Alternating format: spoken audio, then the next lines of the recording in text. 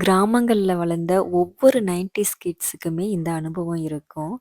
உங்கள்ல எத்தன பேரு சோளக்கருதோட நார்ல இந்த மாதிரி ஜடை பின்னி, அந்த ஜடையில கலர் கலரா பூ வச்சிருக்கீங்கங்கிறத கமெண்ட்ஸ்ல சொல்லுங்க. சின்ன வயசுல இந்த மாரி சோள நார்ல வந்து நெறைய ஜடை பின்னிலாம் போட்டுருக்கேன். ஆனா உண்மை என்னன்னா, இந்த மாதிரி செய்யக்கூடாது. இந்த சோள நார வந்து இங்கிலீஷ்ல வந்து கார்ன் சில்க்ன்னு சொல்லுவாங்க. ஒவ்வொரு சோள நாருமே வந்து ஒரு சோள மணியோட இணைஞ்சிருக்கும்.